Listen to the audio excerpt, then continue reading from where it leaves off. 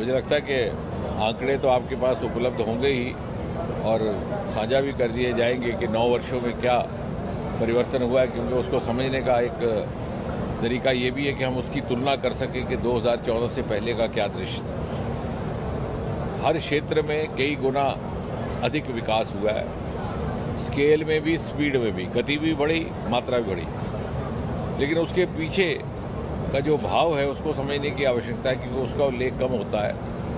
आप में से कुछ एक लोग जो पुराने समय से पत्रकारिता से जुड़े हैं, यदि आप स्मरण करें कि 2014 से पहले का क्या आलम था, कितनी बेजारी थी इस देश में, कितना निराशावाद था। हमारे बहुत सारे युवा दूसरे देशों में जाने के लिए अवसरों की तलाश में थे।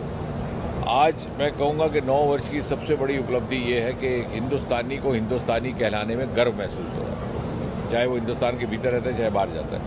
अभी सुनील जी आपके आगे स्टार्टअप की बात रखे रहते, यहाँ पर आज स्टार्टअप का 2 दिवसीय एक्सपो हुआ है।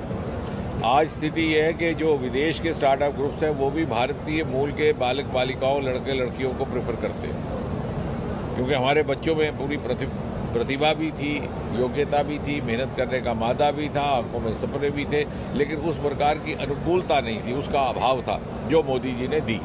अनेकों ऐसे नई परियोजनाएं, ऐसी ऐसी योजनाएं, ऐसे ऐसे स्कीम, ऐसे ऐसे इंसेंटिव। अगर आप युवाओं को लें तो मुद्रा योजना प्रारंभ की गई, ना कोई गारंटी, ना कोई मॉर्टगेज, ना कोई गिरवी, बिना सूद के किसी सीमा तक आपको कर मिल जाता है, जैसे कि, और इतनी संवेदनशीलता से ये योजनाएं बनाई गई जैसे माता पिता अपने बच्चे को राशि अपनी पूंजी जमा किए हुए देते हैं कि जाओ अपना काम धंधा शुरू करो। इसी तरह से उन वर्गों की भी चिंता हुई है जो प्रधानमंत्री स्वनिधि योजना, लगभग 40 लाख स्ट्रीट वेंडर्स को, कभी किसी ने सोचा कि ये भी एक तबका है।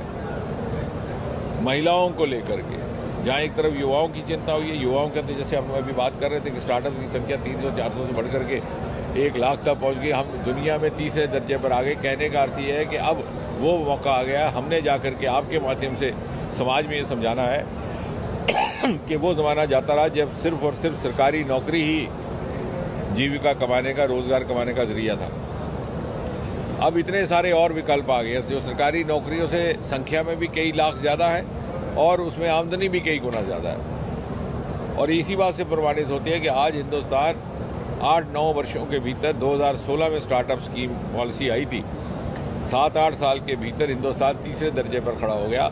यानी हमारे यहाँ के युवाओं ने, हमारे नागरिकों ने ये प्रमाणित कर दिया कि वो बिना सरकारी तनख्वाह याफ्ता नौकरी के अपने स्टार्टअप और अपनी इनोवेशन से कई गुना अधिक जीविका कमा करके दुनिया के लिए मिसाल बन सकते हैं। महिलाओं का लीजिए तो अगर 12 करोड़ आपके शौचालय बने, 10 करोड़ गैस सिलेंडर गए, और ये महिला को सुविधा भी मिली, सुरक्षा भी मिली, उसको सुरक्षा और उसको सम्मान भी मिला। और हमने वो ज़माना देखा ऐसे ऐसे गांव में जहाँ पे महिलाओं को, और ये जो जितने भी सुधार लाए गए हैं, ये ना केवल आर्थिक सुधार हैं, सामाजिक सुधार हैं, बल्कि इनके दूरगामी परिणाम है। ये हमारी एक नई संस्कृति को जन्म देने वाले हैं। हमने वो समय देखा है जब महिलाओं को सुबह तड़के उठ करके शौच के लिए जाना पड़ता था खेतों में, ताकि बाद में पुरुषों की आवाजाही शुरू हो जाती। कितनी बड़ी राहत है। आप उस महिला से पूछिए जो उस परिप्रेक्ष्य में रहती है, उस देहात में रहती हो। ये कोई साधारण रिफॉर्म्स नहीं है। इसी प्रकार, और दूसरा, एक नया कल्चर लाने का प्रयास, वोट की राजनीति से उठ करके। ये नहीं पूछा कि धर्म क्या है, मजहब क्या है, हिंदू है, मुसलमान है, ठाकुर है, ब्राह्मण है। जहाँ जिस चीज़ की आवश्यकता थी दी गई। जब ये 10 करोड़ घरों में गैस सिलेंडर गए हैं, और ऐसे ऐसे हम मोहल्लों में गए हैं जिन्होंने शायद कभी बीजेपी को वोट ना दिया हो, लेकिन उनको इसका लाभ पहुंचा। ये भी नहीं पूछा कि किसको आप वोट देते। तो मोदी जी ने एक नई कार्यशैली, एक नई कार्य संस्कृति को जन्म देने की कोशिश की है इस देश में, इस समाज में। आने वाले समय में वही हमें भौगोलिक इस दुनिया का हिस्सा बना करके 25 वर्षों में उस पटल तक पहुंचाएगी जिसका मोदी जी इस समय स्वप्न देख रहे हैं। उधमपुर की दृष्टि से मुझे लगता है जो मेरे दिल के सबसे ज़्यादा नज़दीक है वो देविका का प्रोजेक्ट। वो इसलिए कि हमने भी एक थोड़ा सा कल्चर बदलने का प्रयास किया है। देखिए, कोई भी जनप्रतिनिधि वो काम तो करता ही है जिसकी मांग आए। जब धरना प्रदर्शन उसके घर के आगे लगता है तो वो काम आगे बढ़ाता है। लेकिन आज के युग में, आने वाले समय में जनप्रतिनिधि का काम ही होगा, वो अध्ययन करे, शोध करे, स्टडी करे और देखे कि इस जगह के लिए किस चीज़ की आवश्यकता है। He has to lead not to be led, और वो अपने समाज को समझा कि देखिए यहाँ इस चीज़ की आवश्यकता है।